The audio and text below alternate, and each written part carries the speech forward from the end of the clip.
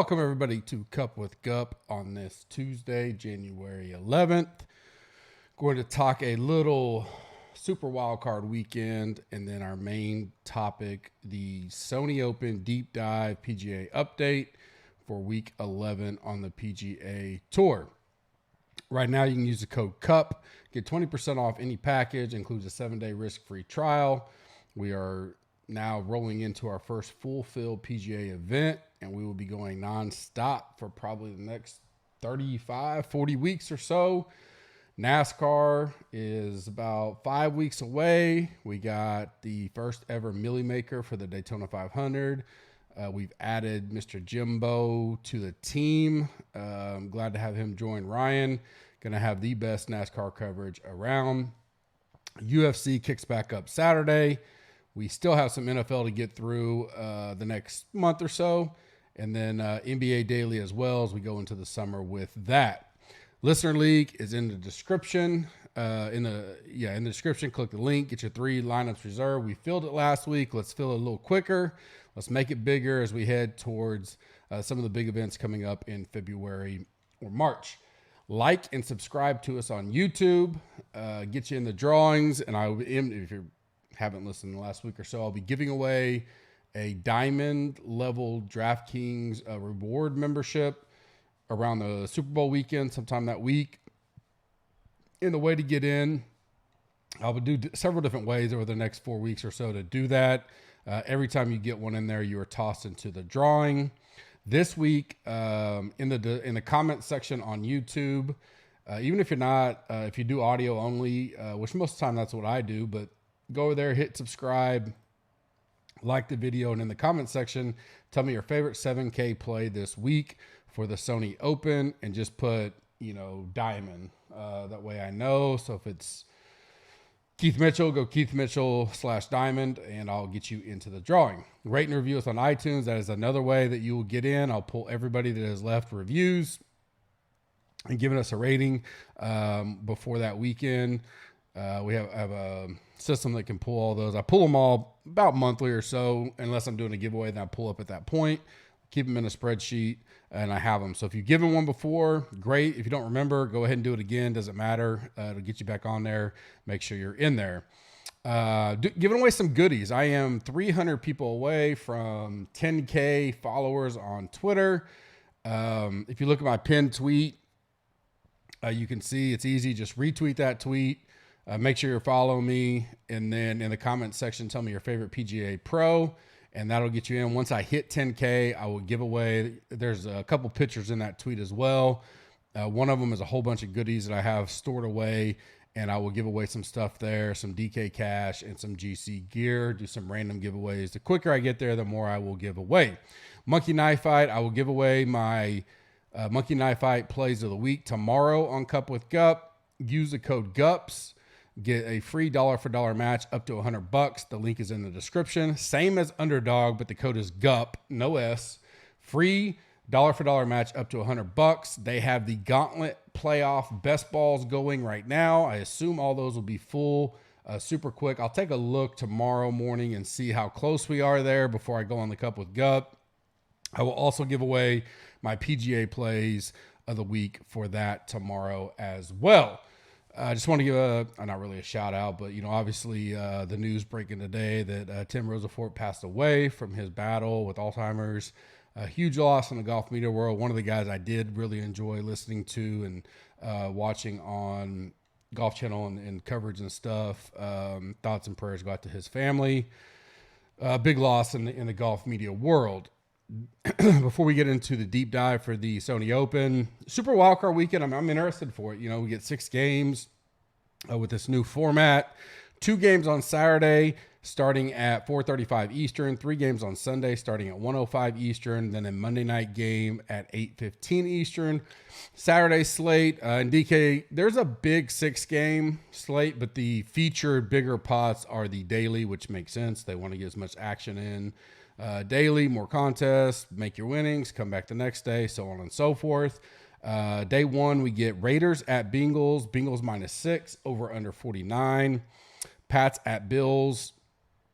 Bills -4, over under 44. I will be doing premium coverage as far as like my showstoppers. I'll do a 2-game slate. I think the Bills game will be the bigger showdown feature for DraftKings, so I may do a additional one there for some captain options and such. Sunday, I'll do a breakdown on the 3 games, and then the Steelers Chiefs, I'll do a separate showdown, being that that'll be the night game, and then obviously Monday night I'll do a showdown for that. If you're wondering about coverage, may do a pop, probably try to see what Ryan's schedule's like. If not, I'll do a couple with Gut by myself and just kind of go through some thoughts as we get closer to Thursday, Friday, stuff like that. As far as that one, from a betting standpoint, that's kind of our angle here. I like the Bengals -6. Great effort by the Raiders. Probably a little bit on the chalky side there, Bengals being home, but I do think Burrow and that secondary, they're going to be able to carve that up pretty well. Probably, no official plays yet. I will wait to see how he's feeling with that knee. It didn't look great the way he got hit, but seemed fine afterwards. Over under, no real lean there. Bengals do give up points. I probably would go over if I was looking at it right now. I'll definitely have all my official plays out later in the week. Pats at Bills. I like the Pats +4. I do think the Bills can and certainly win this game at home. I think it'll be a tough game down to the end. One team or the other having the ball last to win it. I'll take Belichick in the third game here. They split the season. If the Bills can run the ball on the Pats, maybe that opens it up some. It looks like it's going to be a cold game, but I don't think too much wind or issue, especially not like their first game where they couldn't throw the ball hardly at all. Lean the Pats there +4. Our Sunday 3-game slate starts out with Eagles at Bucks. Bucks -8.5, 48.5. Certainly, obviously, Hurts, I think, will be back. He probably could have played last week if they wanted him to. The tough part here is that, can they run the ball? And that's kind of what the Bucks are best at. They're going to funnel to the pass. I don't think Hurts will have too much success, although I think he'll do all right. I kind of see this being like a 6-7 point game most of the time, and then the Bucks probably pulling away late. I would lean that way. No opinion on the total on that one right now. Lean the Bucks there. Probably not going to make my card just because I'm not 100% what we'll see out of the Eagles. Deep diving on that research and stuff kind of after we put golf to bed tomorrow. 49ers at Cowboys. Old school 1990s. This is my childhood right here. Looked like we're going to get Cowboys, Rams, or Cardinals, and then right there at the end, everything kind of flipped. Dallas moved up to the 3. Niners moved up to the 6. Over-under is 51. I do think we'll see some scoring for sure. I like the Cowboys at home. I like Dak. I like this offense. But the 49ers are physical. It's going to be they're going physical. They're going to run the ball. As long as all of those guys that missed from COVID and all that such last week for Dallas are back, and we pretty much, Micah Parsons, all that kind of guys, I think Dallas gets to win at home. And I like the 49ers for sure, but I still think Dak will be a little bit better than Jimmy G in that situation. Coaching, I don't really, obviously not giving the edge to Dallas per se, but defensive coaching, and if you look at the whole staff, I do like Dallas's staff, maybe not necessarily their head coach, but I like Dallas -3 there. I think that may make the card. We'll see. Steelers at Chiefs to wrap it up Sunday Night Football, -12.5, 46.5. I lean the Steelers here, but it's gross. Night game at Kansas City. Probably need to check the weather for sure, especially this time of year. But Steelers are used to that kind of bad weather, so that's not negative. I think their D on Steelers could maybe play well enough, and the Chiefs' defense has given up some rushing. So if they can run the ball and slow this game down and limit the possessions, keep Mahomes off the field, maybe get a freak turnover or something, I don't think they're going to win it, but I think they can stay within that 12.5. Chiefs probably a popular play this week, but I don't know if I play it for sure. But if I'm leaning one way, I'd do the Steelers plus the 12.5, and I'd probably lean the under. Because if I think the Steelers win, I think it's because, they are able to run the ball, keep the clock moving, keep the ball out of Mahomes' hand type of situation. Monday Night Football, Cards at Rams. Rams favored by 4, 49.5. This should be a really good game. I'm not high on the Rams going into the playoffs in general, like some people are. I'd like to see Kyler get the win there. Right now, that's a coin flip to me on the -4. If I had to bet right now, I would be higher on the Cardinals to cover. But, they just didn't end the season on high notes. Have to see how Chase Edmonds and others look as far as health-wise go. We know they're probably going to be without Hopkins, so dig more into that. We got a little while on that. I think that'll be a fun showdown slate. You got Kyler, you got, Cup, going to be high price, stuff like that. Big time game. I kind of like Kyler there. Maybe he goes under the radar a little bit. People load up on the Rams. Should really be an awesome weekend. Like all these games, even like the Chiefs game. I think if the Steelers are able to do what they want to do, they're going to be in it a little bit. Probably not win. Eagles, same way. Eagles probably the one I worry about, kind of the Bucks pulling away. Because if the Eagles get behind quick, their offense isn't built to catch up. So it could get ugly. We know how Brady is, but they're limited on wide receivers, that's for sure. All the injuries they've had, but he seems to continue to get it done. All the rest of the games are really thinking to be competitive, fun. It should be though, right? It's the playoffs. Then we'll get some great games no matter how it turns out this weekend for the divisional round next week. PGA deep dive. Sony Open weather, nothing's really changed. Definitely had more rain. Mentioned this last week on this pod, actually, about more rain. So softer conditions. Weather looks about like last week. Great, perfect. A little bit tougher course, and definitely not going to be as low scoring just because you don't have the par 73 and the par 5s. There are only 2 par 5s here. But we could flirt with some 22, 23, 25 under type numbers. But there is some trouble. I was on Travis Fulton pod earlier today. This is my third one of the day. Busy Tuesday. And that was one thing we talked about. Like there's at least some trouble here where last week you just didn't feel like anybody was going to bogey ever. I think you can get in a little bit of, some more bogeys and stuff like that. It's going to be good scoring conditions for sure. But maybe not as crazy where everybody is just blowing the field or blowing the course away. Hopefully I do like it no matter what. We get a full field, so we get some cut sweat. Night golf is always fun, especially this time of year. So we'll enjoy it. We'll get some strong, tough competition, tough fields coming up down the road. So we'll enjoy it for what it is for now. Trending to be highest owned right now, my first run ownerships, no particular order. Leishman, Henley, Connors, Webb Simpson, and Seamus Powers. Potential sleeper low owned. So these are guys that are coming in lower. Maybe not that I thought, but are low enough, and still I like where they're at in the position. They could be 8-9%, which, isn't super low, but, definitely lower than 22, 23, 26%, like some of these guys are showing. Connors, Webb, and those guys. I like EVR. He's moved up a lot in my deep dive stuff. Keith Mitchell, a little bulldog there. I talked about him a little bit yesterday. I think he'll be around that 10-11% number. I like his price, $7,600. Alex Smalley, I definitely talked about several times already. I talked about him a lot in the fall. I love him in general. Probably around that 6, 8, 9% type number, 7,000 flat. Definitely a guy I like. Kokrak is a guy that, and we kind of thought this. So he was a guy I was like, all right, is everybody going to be on him or not be on him? So far, I think he's going to stay under that 10, 11, 12% number.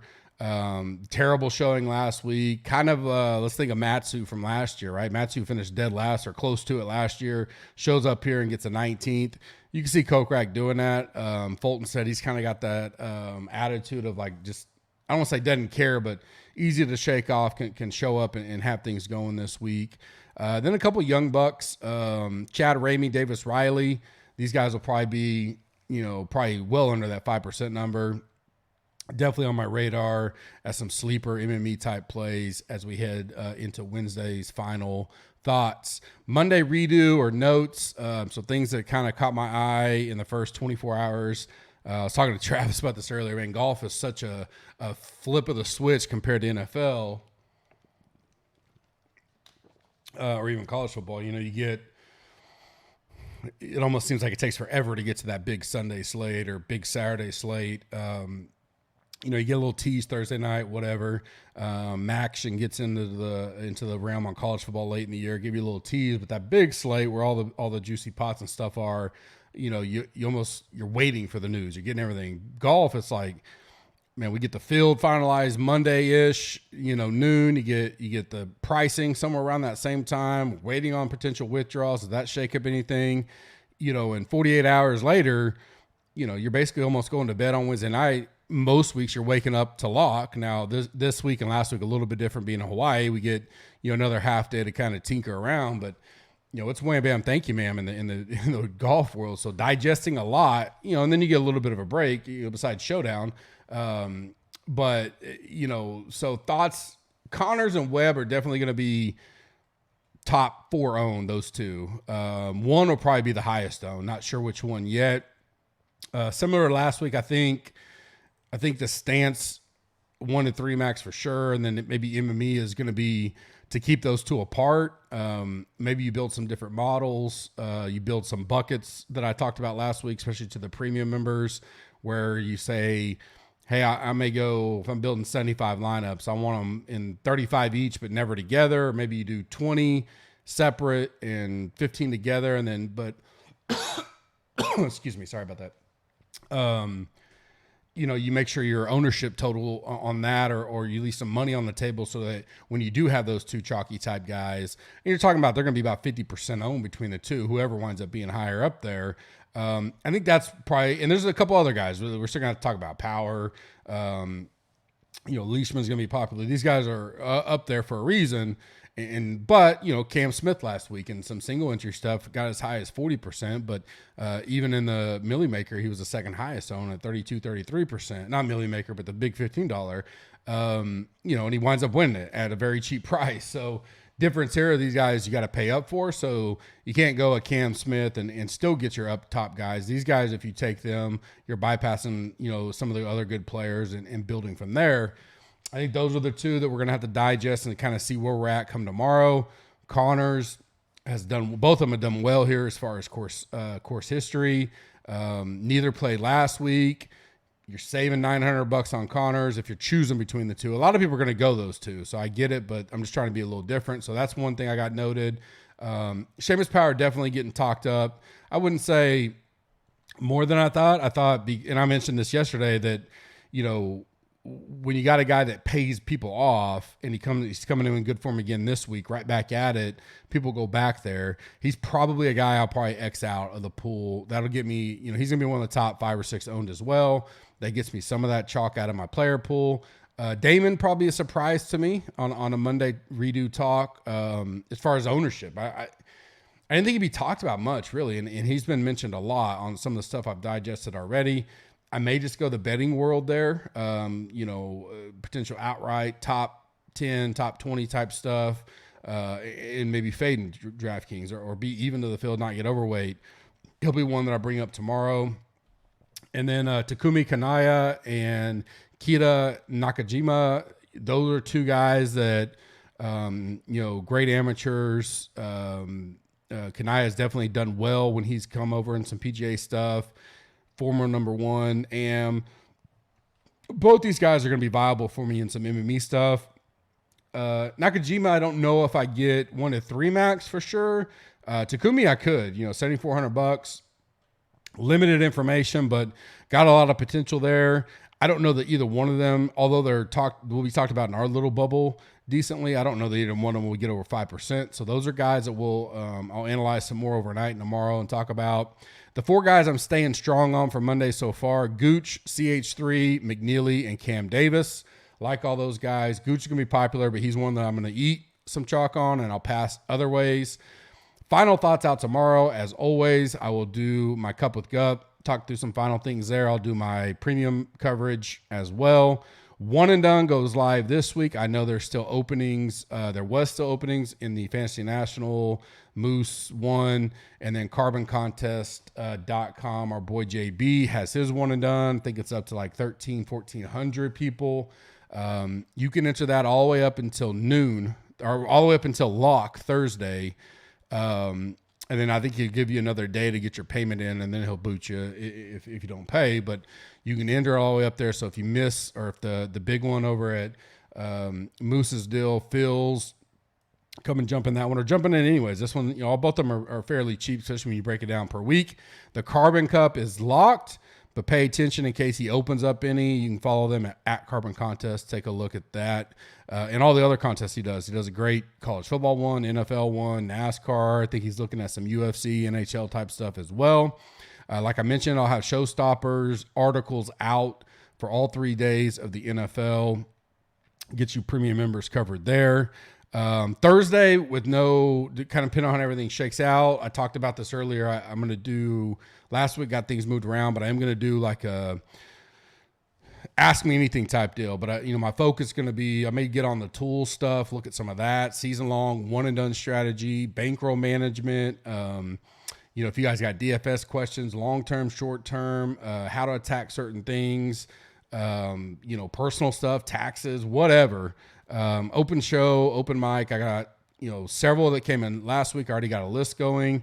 Ask me anything, I'll answer it. I will also be announcing some news on that podcast. That'll be Thursday's Cup with Gup. I'll probably get it out Thursday morning. It'll probably launch after or right around the lock of the Sony Open. So you guys, once we get all that tinkering done, you can fire up that pod and see what all we got to offer. Appreciate all you guys. I'll be back tomorrow. I'll probably do the Cup with Gup, around noonish. I try to drop that around lunch, get all the final thoughts out and everything. Looking forward to it. Hope you guys have a blessed Tuesday evening, and I will talk to you tomorrow. Thanks.